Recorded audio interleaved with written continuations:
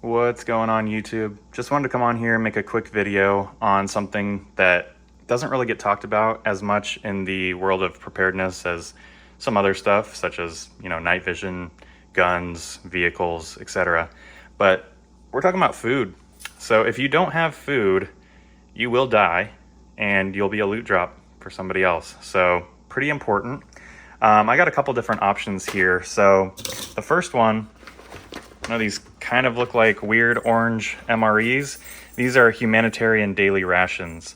So these are literally dropped in war-torn countries for the civilians there. And these have to appeal to a large number of people.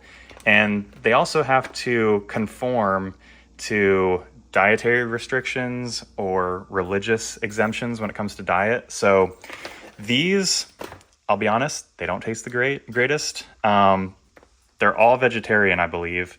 And the main entree is typically some form of lentil or bean-based entree. So they also have other stuff in here. You got your Pop-Tarts in here. The one that I had a few weeks ago had some peanut butter and jelly, some crackers, cookies, good stuff. So they're not terrible. They do taste a lot better if you heat them up. The one I had also came with some red chili flake, which was nice too for the main entree. So again, they're not the greatest. No, they're not going to taste like a Chili Mac MRE, but they weren't really designed for that. They were designed, again, to appeal to the largest number of people possible. The good thing about these is they're super cheap.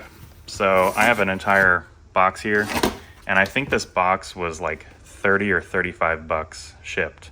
So really inexpensive and just a good bulk food storage. The only downside, I guess, compared to something like freeze-dried food is the life, or the shelf life, the lifespan.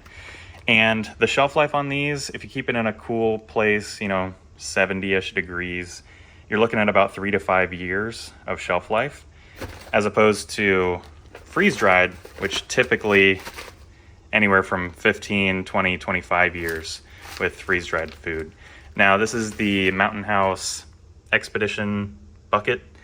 And so there's a few entrees in here: chicken fajita, breakfast skillet, chicken fried rice. There's also granola with milk and blueberries. These taste a whole lot better than the humanitarian daily rations, in my opinion. But Mountain House is not my favorite. If I had to pick a favorite, it would probably be Packet Gourmet, which is a small family-run operation out of Austin, Texas. No, I'm not sponsored, but Packet Gourmet is good stuff. It's about as close as you can get to home-cooked food in a freeze-dried bag. So, but this is good. I think this was a little over $100 on Amazon at the time of me purchasing it. Now, do you need long-term food storage like this for a shit hits the fan or some sort of without rule of law end of the world scenario? No. In fact, I'm in Florida. We just had a bunch of hurricanes come through, and luckily we didn't lose power, but a lot of people that we know did. And so something good to have on hand is just going to be a simple little stove. This is my hiking setup. Now, this has an MSR Pocket Rocket Deluxe in here. I have my Toaks 750 mil titanium pot, and then I have a little jet foil stand and my Isopro canister.